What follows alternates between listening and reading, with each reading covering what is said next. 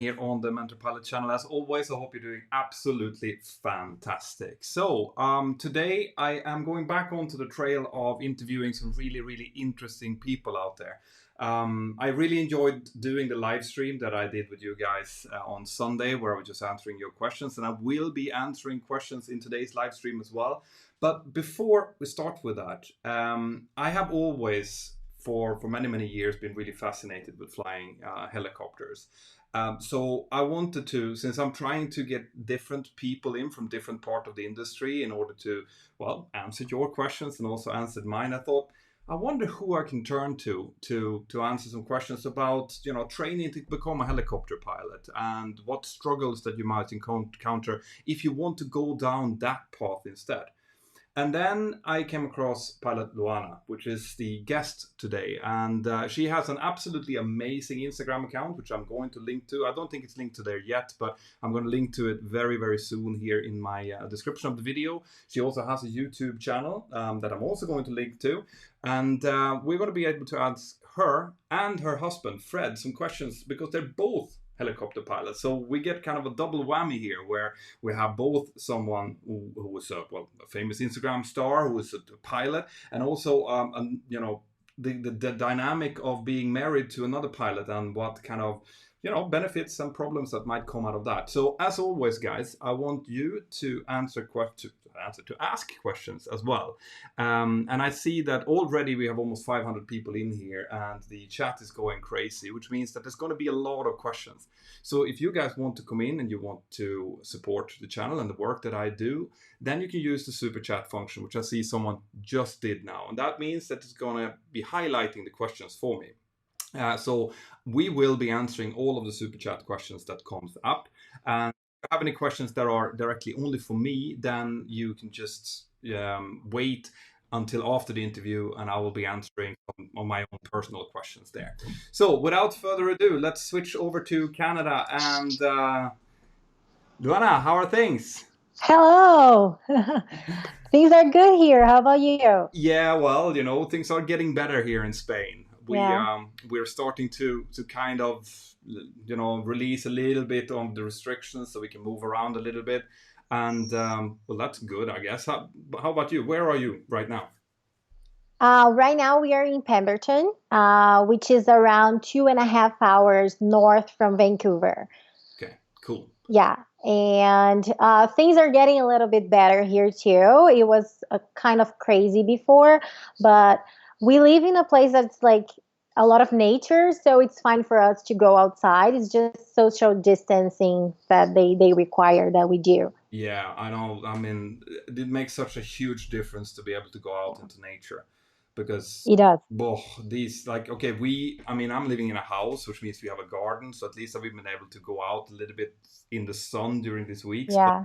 But we have friends that are sitting in apartments, and some of them are facing like a concrete wall. And Oh my gosh. yeah, I mean, to sit I that, couldn't. no, it is a nightmare. And imagine Yeah. that with 3 kids as well. Oh. Like that. No, thank you. I don't want to imagine that. You definitely don't want to go down that road. So anyway, now we're starting to move up a little bit. Like the Spain is divided into different regions, and some of the regions have opened up their restaurants and stuff, and some of the regions which have more contagions are still largely closed down. So that's where we are at the moment.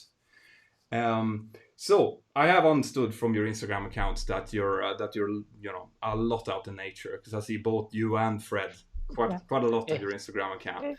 Yeah, it's funny because we weren't like that before. So we are originally from Brazil, and in Brazil, like on weekends, we would like to go out to have lunch. That would be it.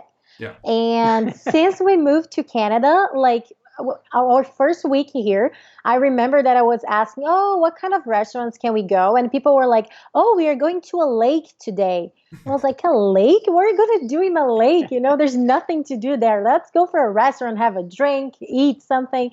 And then I got used to that, and like I went to that lake, and I started loving that. And Fred too. Like nowadays, we love to go out and explore new places.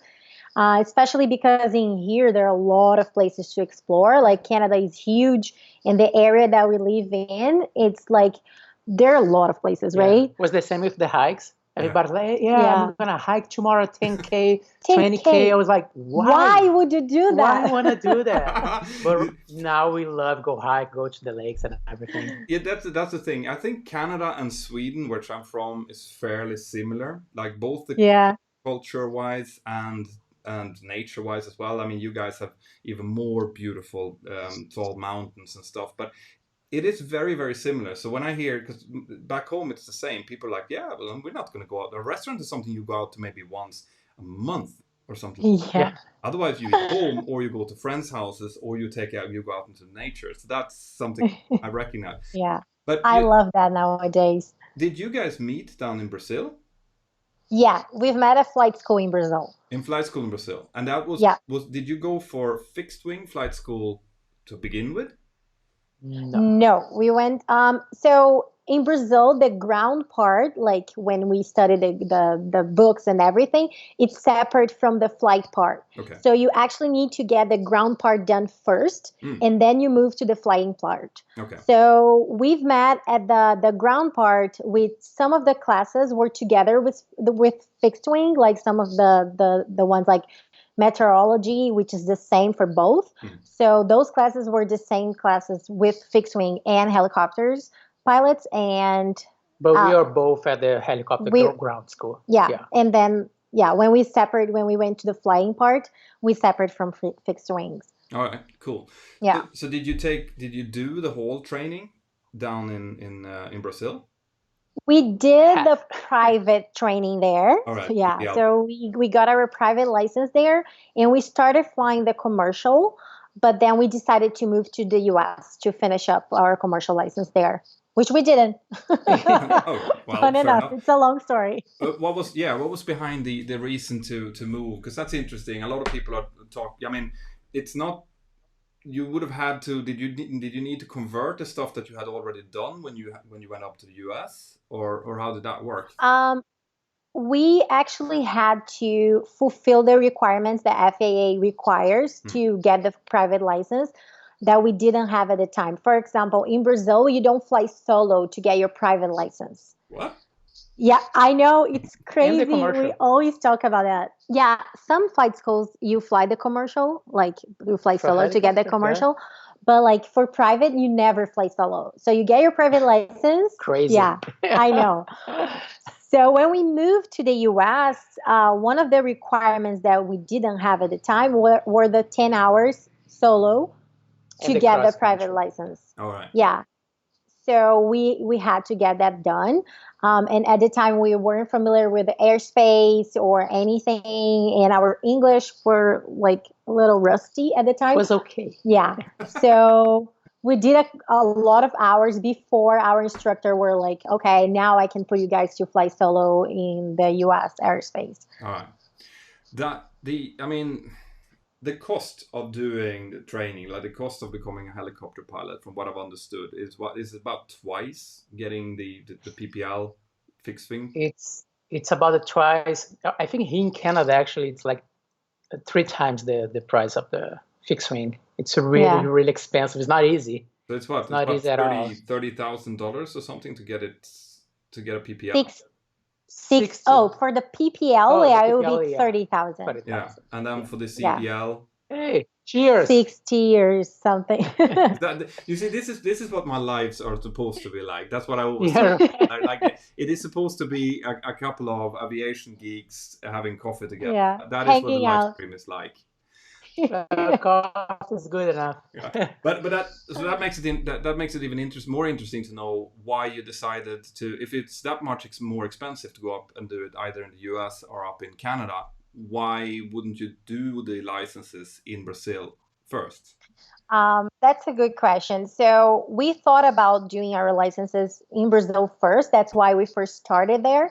But the thing is, there were a crisis in Brazil in 2014, I think. With the oil and gas. Yeah. And we are from Rio de Janeiro, and Rio de Janeiro is a city that was getting a little bit dangerous at the time. Oh, yes. So we started thinking about ways that we could move abroad. And we knew that the course, the training in the US is really good because of the solo flight and everything. So like basically solo. Because you actually get to fly the thing by yourself before you get to fly it by yourself. Yeah, that makes sense. Yeah. So I think that was why we decided to move abroad. Most of pilots in Rio, they want to go fly for oil and gas, offshore flights. And there was the crisis and like, what are we gonna do? And then, well, why not go to the US and finish our training over there and fly more machines and different type of operations and everything. It's funny because in Brazil, a helicopter behaves like an airplane sometimes. So, for example, the airport that we were doing our training at, we would have to follow what you guys follow, like threshold, like taxways. We would have to exit the taxway like you guys do, you know, and we would be like, we're helicopters. We don't need that stuff. We don't need a runway. We don't need that. So it was weird for us. We were actually flying a machine that we would love to just take off like that and just go for it. And they were actually requiring us to do like fixed wing stuff. Yeah. So yeah, those were some of the reasons that we decided to just give the US a try at the time. Cool. So then you went up. So you had part of your PPL. You got your PPL up in the States, and then you both wanted to go commercial. Yes. Yeah. And then had you found a school that you wanted to go to, and how did that process actually work? To get our commercial, we have our commercial already. To when you decided to go to which school, and what kind of process did you have to choose which school to go to? Because I'm guessing that there are a few in the US to choose from. Oh yeah. Yes. So for the US, we actually chose based in one of the cheapest place for us to live. To live first. It was Vegas at the time. Okay. Really hot, but cheap place to live. And just right beside California. So it's just like a 4 hours drive. Yeah, I know. So, I've done that drive actually. Vegas, past that. What's it called? The XCXX road down to Los Angeles. Yes. Oh yeah. Mm-hmm. Yeah, it's beautiful. Such a good road trip. We will love that. So yeah, Vegas is a really cheap place to live. So we were like, our currency in Brazil, it's really low compared to US dollars.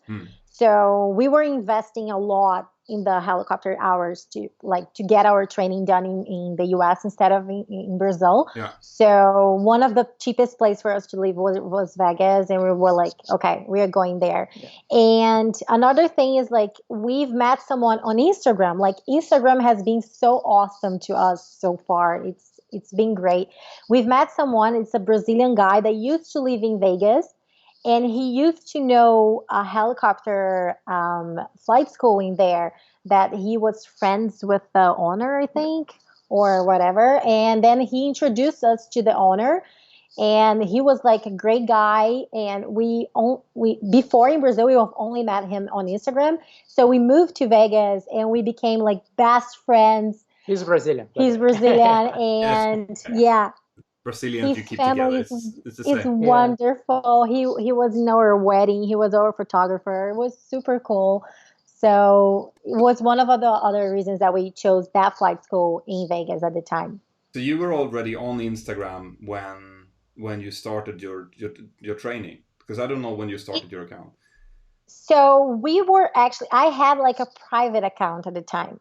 So in Brazil, I have a private account, and I think I started that one in 2013 maybe, and actually 2012. But I think a little bit later, when I started doing my helicopter training, I started posting helicopter stuff in that account. Yeah. And I didn't want like my friends in Brazil who doesn't like aviation at all to keep seeing that. So I decided to create another account just for helicopters and keep my private one just for friends and family.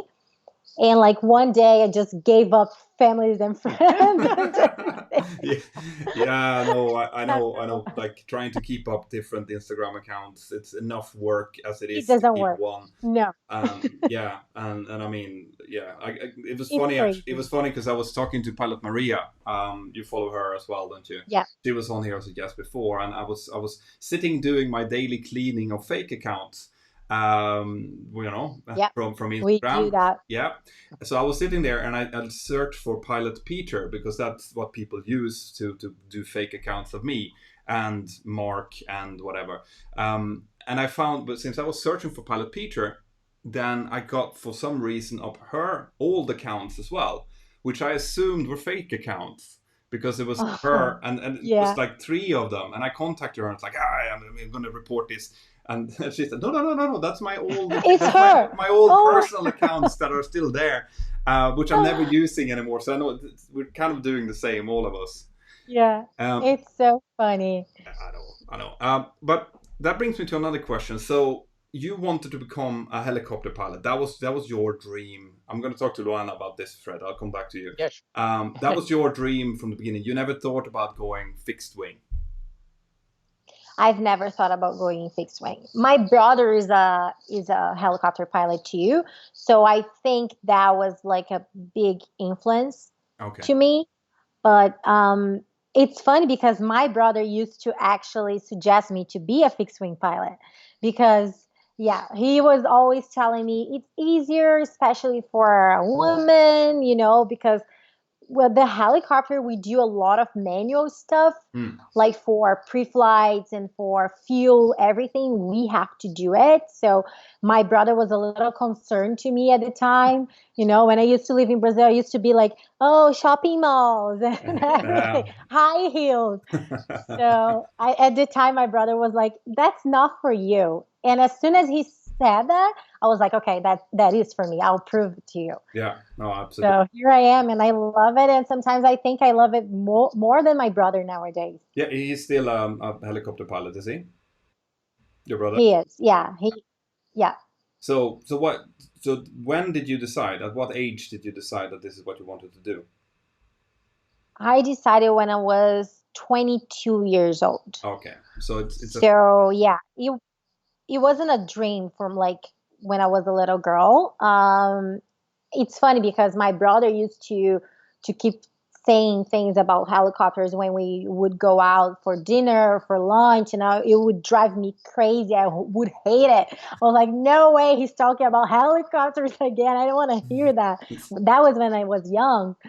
And one day I went to Australia. I was in college. I did economics in college. And I was in Australia I was doing like, how do you guys call it? It's like an exchange program, like an English course. And I went for my first helicopter flight there, and I was stoked. I called my brother, was like, I want to do that. You have the most awesome job ever. I wanted to do that. It does look awesome. Like I have to, I have to agree with that. My wife we always talk to us like, shouldn't you take a license, like get yourself into? She's like, no, I want to be a helicopter pilot. If I'm going to be a pilot, I'm going to be a helicopter I heard already. Yeah. No, but it does really look spectacularly cool. But yeah. I am guessing, and I'm guessing this is something that you probably are getting a taste of as well, that getting well-paid jobs in that industry is not that easy, is it? It's not that easy. No. When you have a lot of experience, it's not that hard either, I think, when you have a lot of hours. But like in the beginning, you struggle a lot. So how... So how do you, like, okay, so you guys, you have your CPLs. Are you you have your instrument ratings as well on helicopter? No, just CPL. All right. Is that something that's going to make a difference, whether or not you have instrument ratings or not? Not for now. Not in Canada. Not in Canada. Yeah. All right. So how do you, as a CPL helicopter pilot, get experience? And does it matter if it's on like turbine helicopters or if it's on normal like piston ones? In Canada, it doesn't. Canada works a little bit different from other places. Like for example, US and Brazil, they work like almost the same, but Canada is a little bit different. So in Canada, for example, if you have like a couple of turbine hours or whatever. It doesn't really matter. How it works in here is like you get your commercial license, and then you usually get a work as a ground crew. Okay. And then you work as ground crew for at least a couple years, and that's the way you prove yourself to that company that you're willing to be flying for them for a long time, because when you just get your commercial license, it's like 100 hours here in Canada. So companies don't wanna hire low time pilots. First, because the insurance can go higher. Second, because they are gonna give you training and you're gonna pay for that training, and they don't have any guarantee that you're gonna stay with them. So maybe they're gonna train you in a turbine, and then you're gonna say, "Oh, you know what? I got something better. Bye." So working as ground crew is the way that I actually found to us to prove to them that we really want to work for them. And do you get, if you work as ground crew, do they then provide you with some flying hours just to like get you, because otherwise you stay low time forever? Yes, but like usually after those couple of years working as ground crew, they provide you with the training and they put you to fly. They give you a pilot position. Okay. That's how it usually works here. All right, cool. Yeah. Well, do they bond you then? As in, if they've given you the training on the helicopter, do they require you to stay for a certain number of years, or? They don't do any contracts like that. It's not right? a requirement. It's more like I don't know. It's hard to explain. It's more like trust. Yeah. Like they want to trust you. They want to know you better, and you learn a lot actually. How the industry works, how the helicopter works, everything. So it's a trade. Yeah, I mean, it's always like I like the idea of kind of working your way through an organization up, because you will have much more understanding for the ground crew. You will have much more understanding of the operation, for the back office, for booking, for all of that. And I also understand that it has to be different, because this sounds like a mom and pop kind of operation. This it's funny because sometimes people actually ask us, which country do you think it's better, the US or Canada? I always tell them, in the US, you're going to fly first, but you're going to fly a R-22 with 200 hours, giving instruction to someone that has 0 hours. Yeah. So, it's not something like you can really, really trust. It's not the best. Yeah, we cannot say trust when we are talking about aviation in general, but it's not like the best case scenario, you having 200 hours in a Robinson R-22, which is like a 2-seater helicopter, a small one, giving instruction to someone that has nothing, is just learning right now. So in the US, that's going to happen. Like, you're going to get your commercial license, and then you're going to have your CFI license, your instructor license, and then you're going to teach someone. Yeah. But how can you teach someone if you don't have any experience? So that's one thing. In Canada, for the other side, is like you won't be flying for at least a couple of years. So that's bad, because you're a low time pilot, so you're not for a long time. Yeah, so you're not gaining any experience in those 2 years.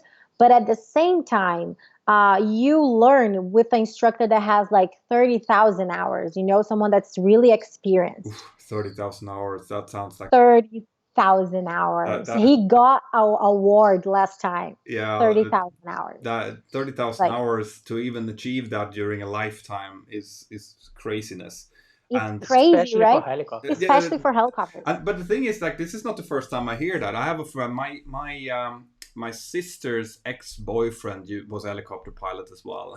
His dad had a helicopter company in Sweden, and they did all sorts of pretty much the kind of stuff that you guys do, I guess, up in Whistler, where heli skiing, but also like carrying lift poles up when they're making new lift stations and things like that. Really heavy work, as in stuff where you sit and you really have to concentrate to get the things right. And he also had something like 30,000 hours. And I was thinking, I can do 900 hours per year, but it's 75-80% me sitting on autopilot and going straight ahead.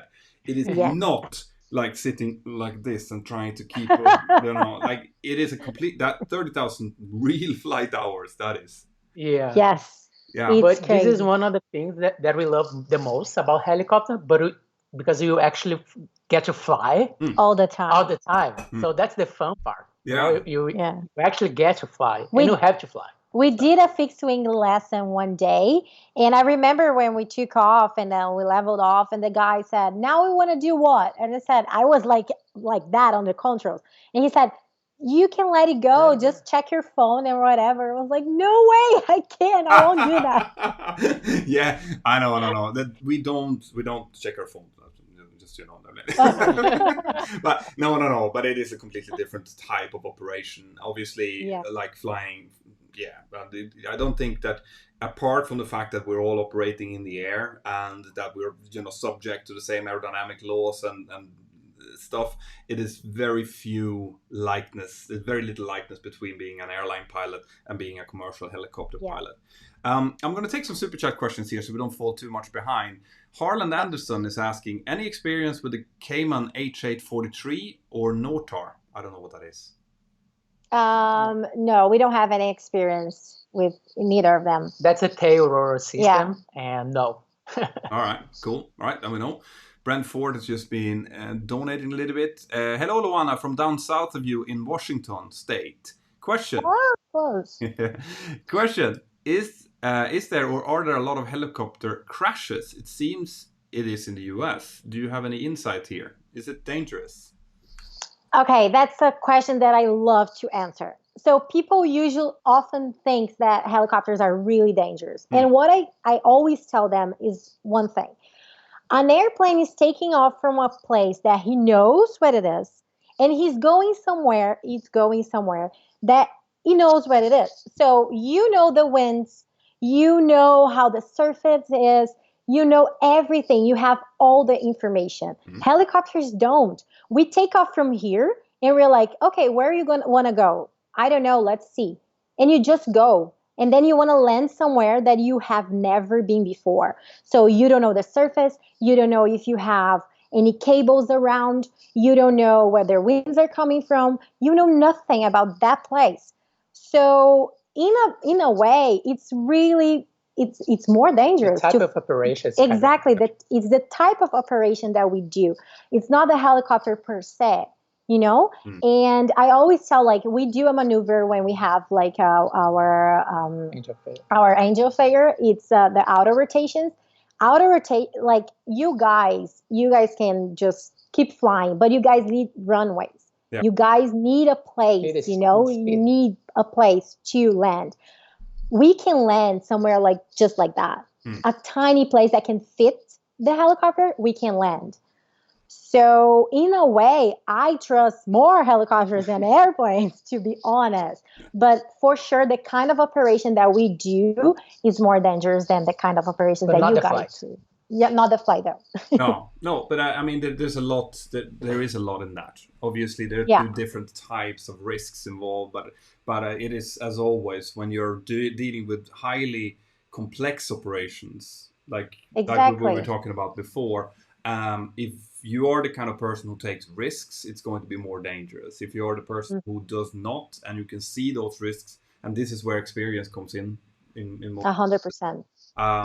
Then it's not going to be dangerous. But there's going to be, if you look statistically, there's going to be more dangerous to fly a helicopter than it is an aircraft. It's as easy as that. But I do those are some excellent points. Did you see, by the way, there's an excellent YouTube video about a guy, I think he is in Canada actually, demonstrating auto rotation from a mountaintop. He's coming in, almost landing on a mountaintop, simulating an engine failure, and then going down into a valley. I'm going to send you the link to that. It is crazy. Is it Pilot Yellow, the name of the channel? Could be. It's a crazy auto rotation into a valley and then just landing like a brink of a river. And it's like, I mean, you say that you can land anywhere, but that did not look easy. No, it's not easy. It's not easy at all. Not easy. No. We train a lot of our rotations, and still, it's not easy at all. But you guys are both working on the ground right now, then trying to kind of build up your reputation in order to eventually get a job. But how do you keep yourself current in that case? Do you get? You don't. You don't.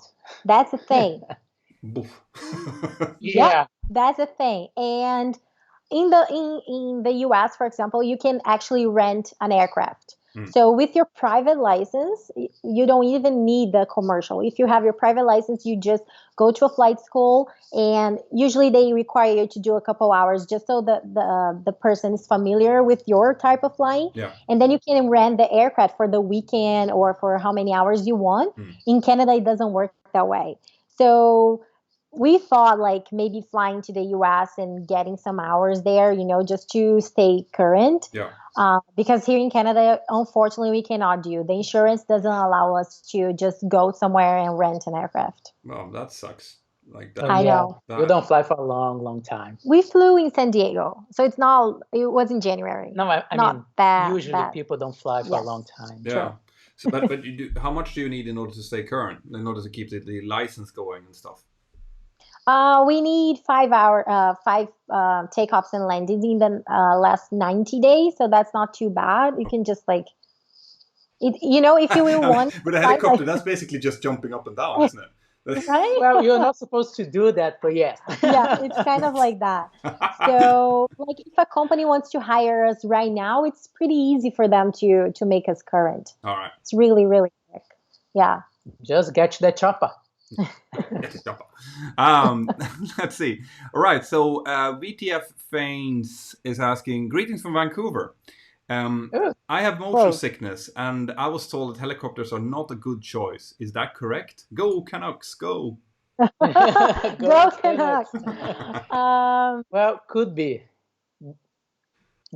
Depend. A lot of people think that I don't think so, actually. Not at all. There was one day we were actually working at the mountain last summer, and here in Whistler, and there was a woman that she was she had motion sickness, and she was like terrified. And I told her, like, in the front seat of the helicopter, you get to see so much that I feel it's better. Like, I get motion sickness if I sit on the back seat of a car. Yeah.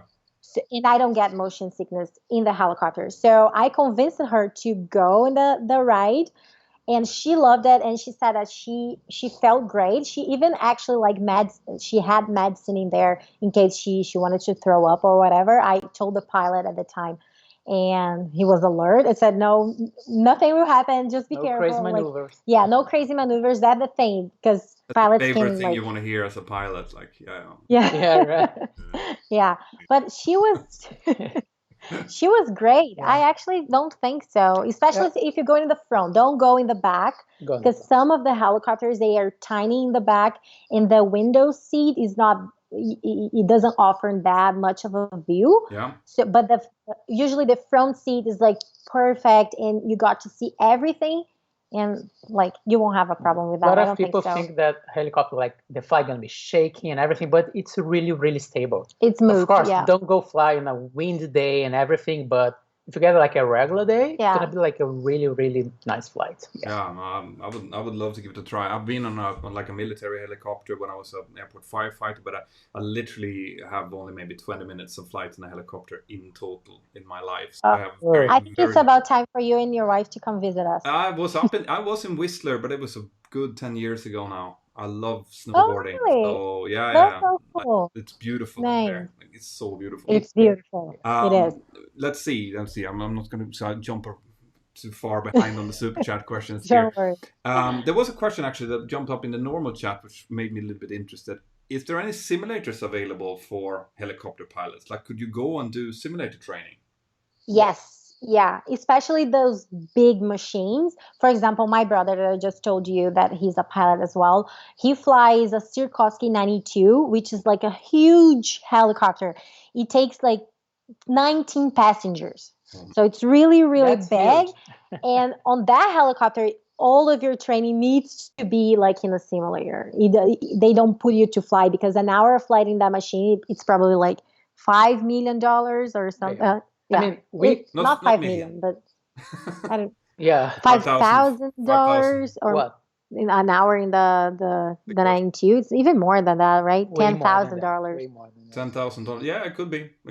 Yeah, like it's like it's really expensive. You would be able to rent a 737 for 3,000 euros, which is about the same, $3,000. Yeah. But I agree. If it's a huge helicopter, that would be a twin jet helicopter as well. Yes, it is. Yeah. No, it's crazy Yeah. practice.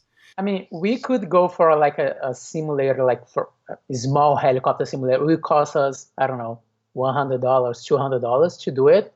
But to be honest, this type of simulators, I don't think it's worth it. No, okay. You go there, it's better like you wait, go fly the real helicopter later. Yeah. What if we got some hours when we moved here, and we were getting our private here in Canada too. We got some hours in the simulator, but it's different, you know, for us. It's a bad video game. Yeah. Yeah, I mean the simulator.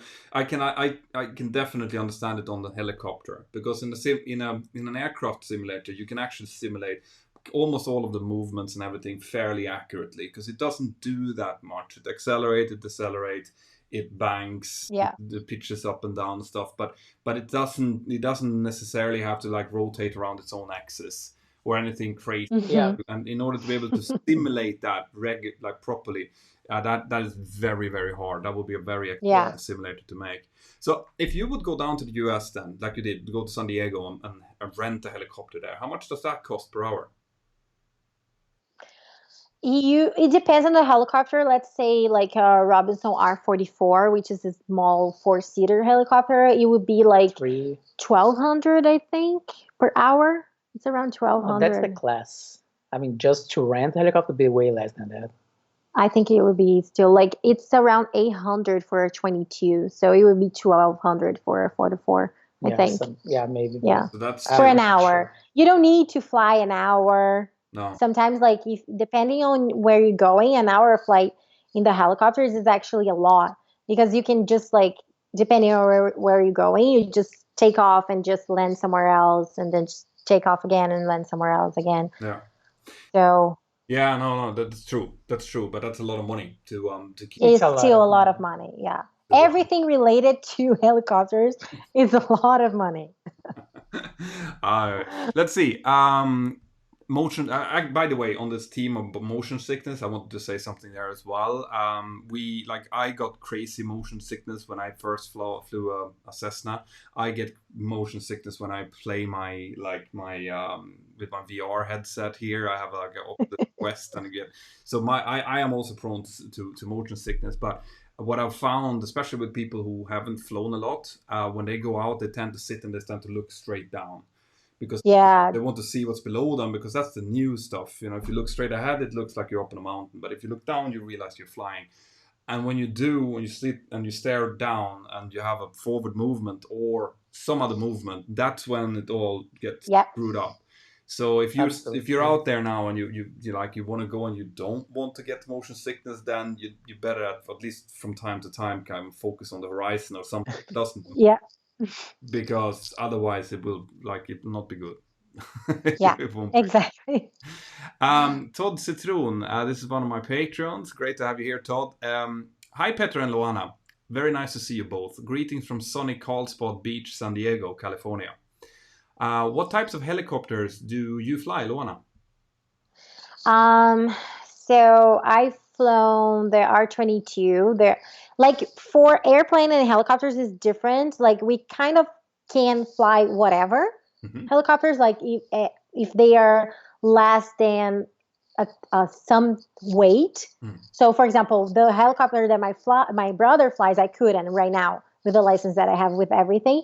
But like a helicopter that I've never got into before, if I just go there and do some training, like if there is someone with me, and even like a commercial pilot, if he tells me, oh, you're doing great, that's it, I can start flying that one. Okay. He can sign me off for that. Kind of like I've flown like the Robinson 22, the Robinson 44, the MD 500, the A-Star, EC-130, Ooh, that's nice. Schweizer 300, and the Bell 47. I think that's it. Yeah, Fred. I think that's it. Fred, have you done anything different? No, all the same helicopters actually. Yeah, cool. But that's still quite a few helicopters still. Was that mostly during training, or is it something that you've done after the training was finished?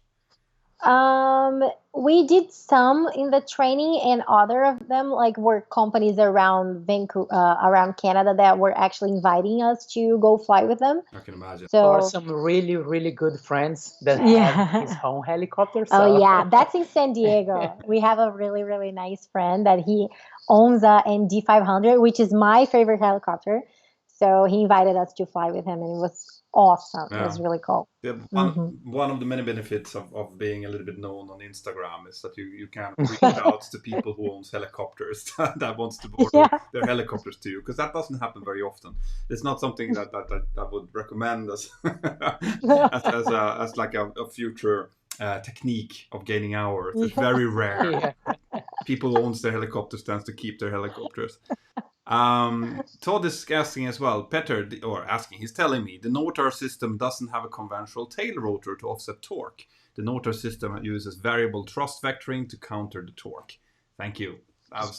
Really good explanation. Now I know. Cool. So what's your dream job then? If you, like both of you, if you guys would choose, like, this is the job that I would like, what would that be?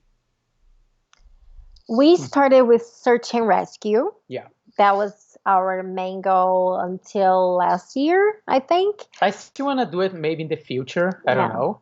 But I think right now would be, I don't know. Well, in my mind, I have two things. First, movies. Yeah. Okay. Movies, also like So filming. yeah, Yeah, film. there is a really, really nice pilot. His name is Fred North. You can search him on Instagram later. And he does like all these Hollywood movies. And we've met him in a helicopter exposition in January this year. And we were talking with him about everything, and we were like really excited about it. So yeah, that's something that we are thinking about it in the future, but like way, way in the future. Way in the future. And your second idea? And we have like a kind of a project, maybe one day have our own helicopter and make our own movie. You know, go to places, flying, let's say in the US, crossing the US and filming everything like a young couple, helicopter pilots flying along the US or in Canada or in Spain. Going places that people cannot access, you know? Yeah. Like your own, like you get your own helicopter, you produce your own like YouTube videos or whatever, and you just flying around the world and showing people how awesome this planet is. That sounds like a pretty cool thing to do. Like I love that. I love the fact that like when you dream big. That's what that's. Guy here. I have to stay on the ground. That's how it works, though. Like if you don't aim for something like that, it's not going to happen. No one is going to like give something to you unless you take it. And you guys are married. You have both helicopter licenses. The key to get over is probably to get a hold of a helicopter that can be used for something like that within a reasonable price. But it is stuff that has been done and can be done. So what you need to do is to set up. It's one thing to dream about it; it's another thing to actually do it. So so you need to have like a plan for how to do it. Yeah, I told him that too. We need to sit down, and write everything down. What the cost would be, and maybe one day present to some companies and and see, how can you help us with the budget? And I don't know, but we have to have this like realistically, that's what's going to happen. You're going to find probably a production company that knows that can like, this is a great idea. Actually, this couple, this could be a cool documentary series or something for Discovery, whatever it could be. But that like you need to have some kind of plan to make it happen. Absolutely. I mean, if you want to, I'm sure that in like 5 years you guys will do it, but it will take some effort. Yeah. Oh yeah. A lot of effort, I guess. Cool. That's before we go. That's another thing I wanted to ask to you. So how is it like now? Now you guys are both working on the ground. So I guess that now family life and being married and being two pilots, it actually works quite well. But is that another thing? Like, do you know any other couples that are helicopter pilot both that do you have any experience of how that works out? Well, You your can say brother and your sister-in-law. That's it. Oh, they're I don't know they any are a other couple. couple. Yeah, oh, they're both helicopter pilots. oh, cool. Now you see. Yeah. Yeah, and I don't know. I don't know anyone actually No, beside them. because but I'm guessing that now I'm just obviously guessing without having any experience of it. But at least the kind of jobs that you do, you wouldn't be gone for weeks on end unless you work in an oil No, rig or we something. wouldn't. No, not in this company that we are working for. But like sometimes here in Canada, people go to the bushes and they just spend like 30 days there, 60 sometimes days. Sometimes they don't 60 come back. days. They stay there. Sometimes, So- really, sometimes they Yeah. have to stay there for, I don't know, 3 months, 4 months. What? It's really, Rents a helicopter, flies out in the bush, and sits there for 60 days. yeah, in the middle of There are a lot of nowhere. work, Just like in the you. north of Oh, Canada, yeah, a Oh, in lot the of middle work of the for bushes. pilots. And a lot of helicopter pilots that actually get into flying helicopters because they want to be bush pilots. yeah. They don't want to do anything different. We have a friend that he's like Yeah. dying to go there, but he's just about to be a dad. So he's like, Not oh, happen. I might need to wait a little bit longer. Yeah. Yeah, Yeah. you have more freedom, let's say. Let's But put like this. one thing that's different from helicopters and airplanes, like we don't have that schedule like you guys do. You know, sometimes you overnight somewhere else. We don't have that kind of stuff. So you usually have your base somewhere, and you will sleep at your bed every single day. Especially for tourism. Yeah. We don't Yeah. fly nighttime in Canada if you're not doing like specific nighttime operation. So we just fly during the day. Yeah. And that's it. Sounds By nighttime we're home. pretty awesome. I have to, Yeah. I have to say as well. There's someone saying here in the chat here, please Google Over Canada. It's a video that was made in 1999. I'd love to see an updated version. So that's someone who's been doing what you guys are thinking about, but way What is the name again? I'll write it Uh, down here so I don't forget. Over Canada? Over Canada is what it's called. So let's do Over Canada again. Yeah. Yeah. Over Canada 2. Over Canada Part 2. Cool. Let's see. More questions are coming up. So Gadgetman36 is asking, Luana and Fred, what's your favorite helicopter and why? Like, Luana, you've been talking a little bit about yours. Fred, what's your favorite? I'm really like, oh my gosh, each one, because right now I love a lot of helicopters, but I really like the EC-130. Yeah. Just because it's made for tourism. So you have a huge like glass bubble. You can see everything. It's a beautiful helicopter. It's a beauty. Is the helicopter is the red one that we were posting pictures often last summer? And that helicopter was actually a partnership between Airbus and Blue Hawaiian, which is a tourism company, helicopter company in Hawaii. And they actually designed it together, a helicopter that will be perfect for tourism. Yeah. And it really is, because you can be seated in the middle, like in the back seat in the middle, and you still have an amazing view. And have a lot of power. You can put all your friends in the back. It's an amazing helicopter. It's a nice helicopter. Yeah, that sounds awesome. And the name, Luana, once again, of your favorite helicopter? MG500. MG500. Excellent. Todd is asking again, hi Petra and Luana, do you know Robin Petgrave with Celebrity Helicopters in SoCal? He flies R-22, R-44s, Jet Rangers, and would you like to fly in Hawaii? 2 questions. I think I follow this guy. Yeah, I think I know. Yeah, I think I'm don't. not too sure. We haven't met him, but I think I follow him on Instagram. And one of our dreams is to fly in Hawaii for 2 years. We always say that when we get our hours and everything, we're gonna try to fly in Hawaii for at least a couple of years. We love Hawaii. Yeah. So beautiful. I had Swain Martin on like a week and a half ago, and he obviously flies fixed wing, but he flew for a Hawaiian company for I think about a year to gain some experience in there, and he was very impressed. Apparently, it's supposed to be beautiful there. I've never heard of the place, but still. Yes. As you do. So, Luana, you mentioned you fly at Whistler, which is beautiful. Do you have any issues with density altitude at the higher elevations for heli skiing? That's a great question. That's a great question. Well, I haven't fly for heli skiing. Yeah, but they don't. But they don't have like they don't fly that high. I feel like they don't go to the mountains. They don't go that high. So I think mean, that they do fly high, but they use a Bell 212 to go fly. It's a turbine helicopter, 2 turbines. It's a really powerful helicopter to go do it. And we also use the Bell 407. It's another turbine helicopter. So we always use the best helicopter for the type of operation that we do here. That's why I like the AC-130. We fly at 8,000 feet over here. So the AC-130 is perfect for 6-8, depends on the mountain. So the AC-130 is perfect for that. And for the heli ski, use the 212, the 407. So they always have a good helicopter to do it. Yeah. We're never gonna do that using an R44 or something like that. So yeah.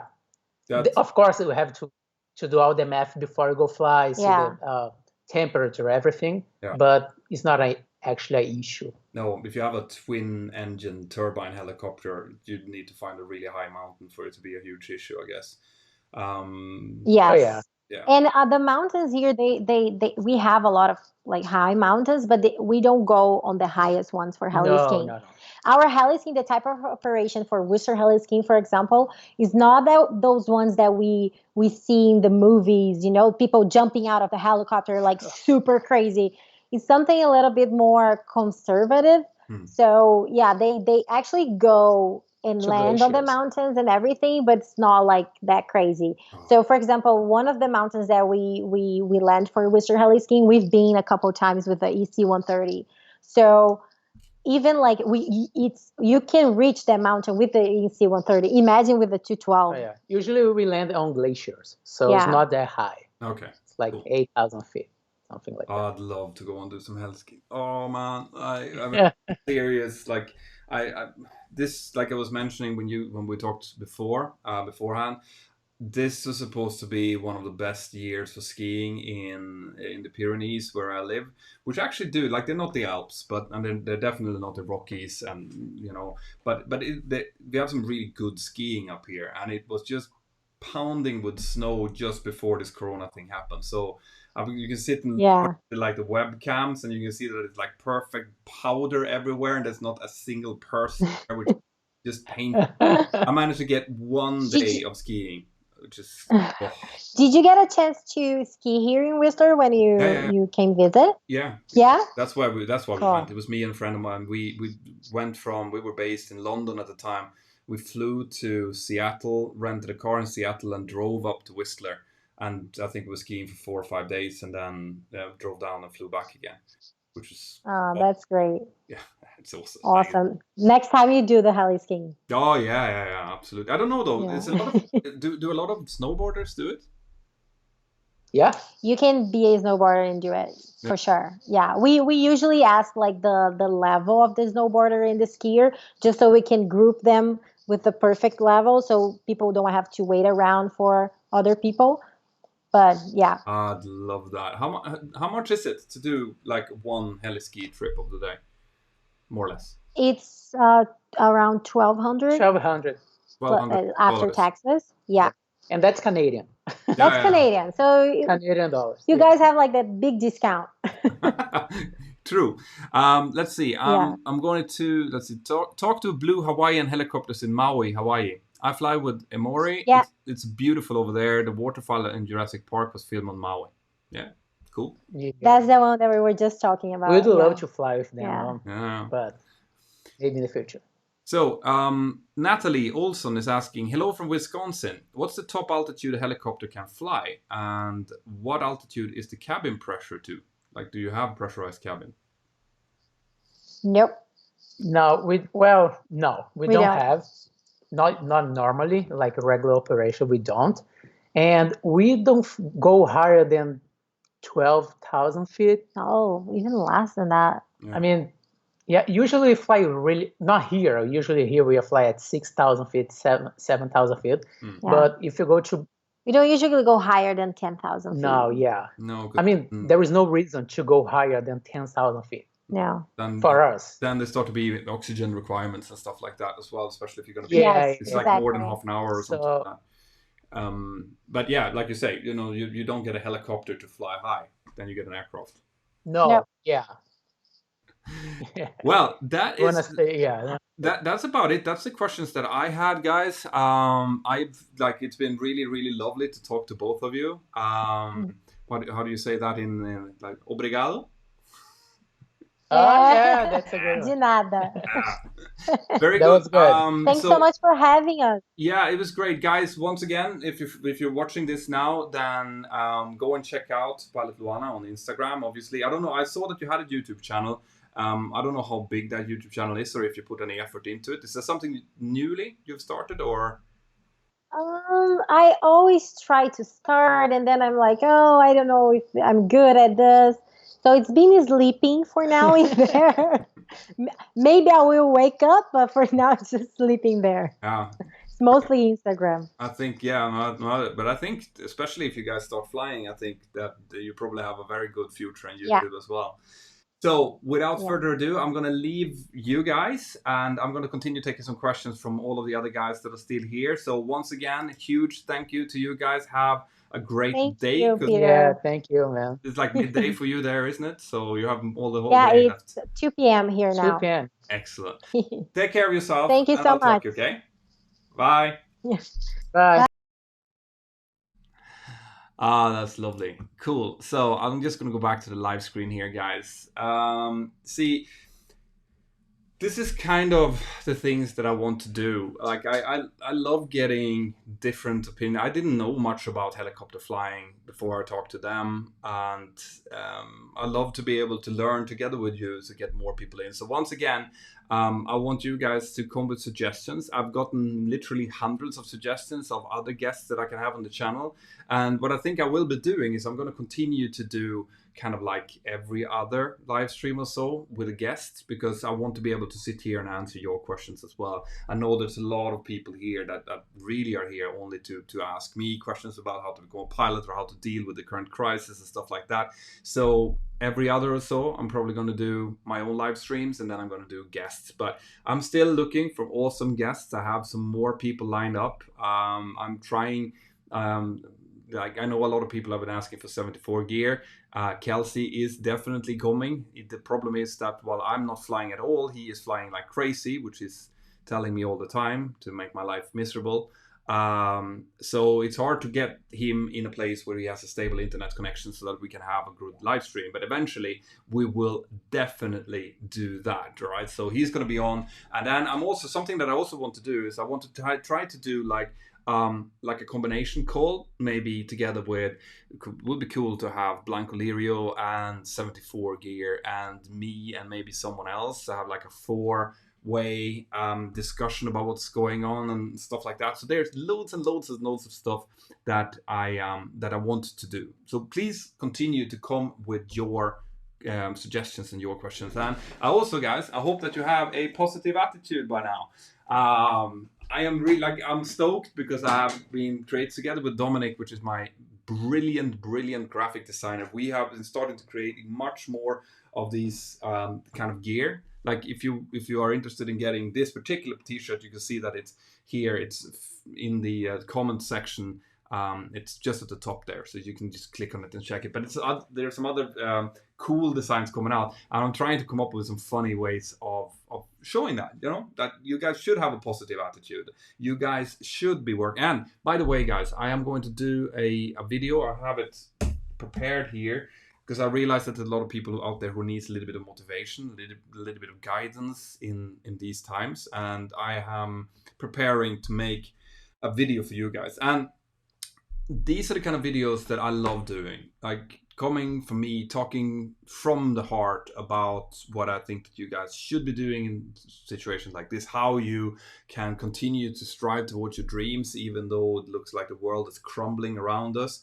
These are the kind of videos that I love to do, but I also know that there's not too many people that watches these kind of videos.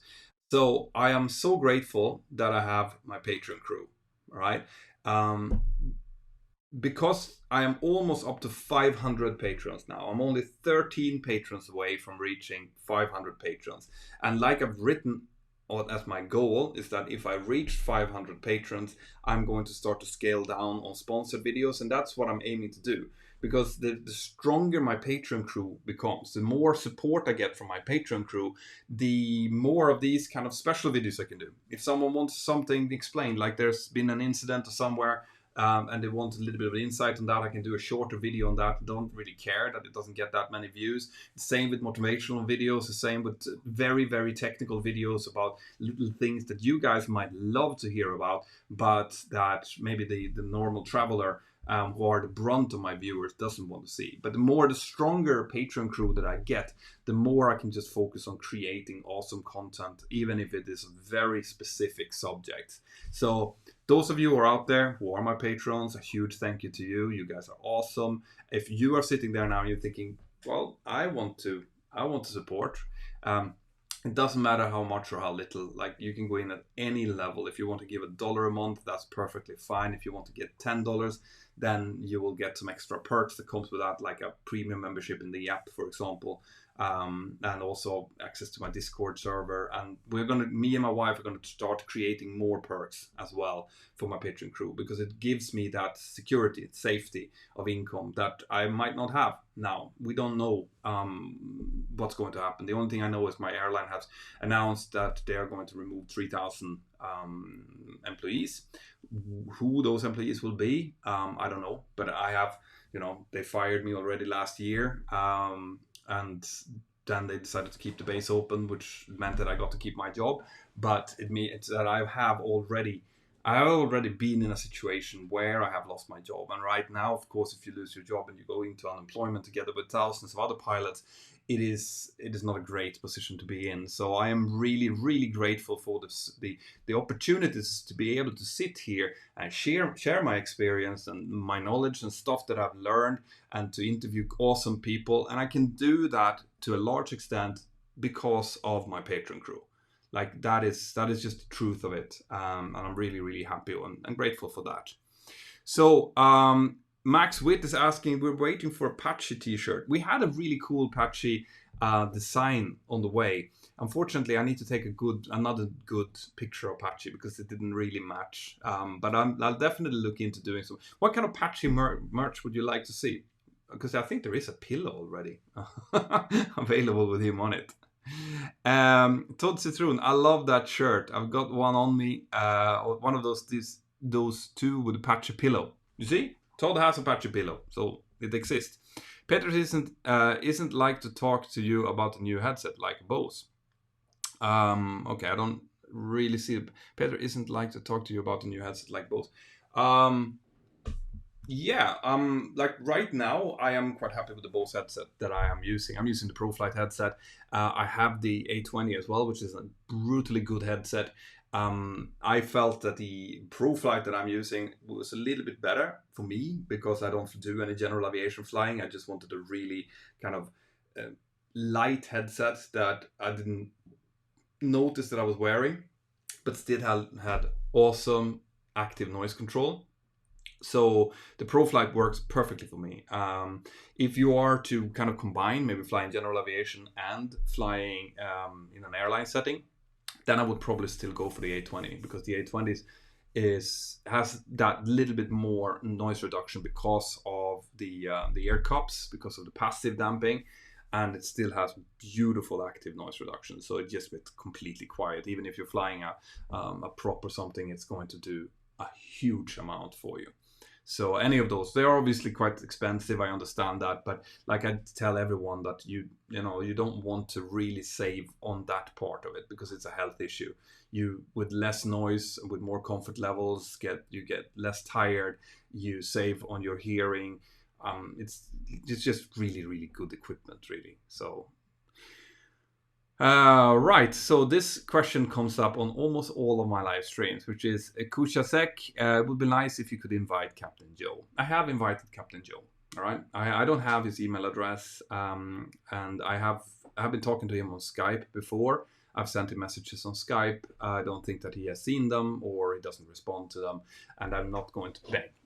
So it's if I hear from him or if I get a hold of him in some way, I would love to have him on. Like I was saying, it would be really cool to do a live stream together with him and maybe with 74 gear and maybe Blanco Lirio. So all four of us, that would be an epic live stream. But I also know that he's quite busy because he's also flying cargo. So I mean he's working a lot at the moment, I guess.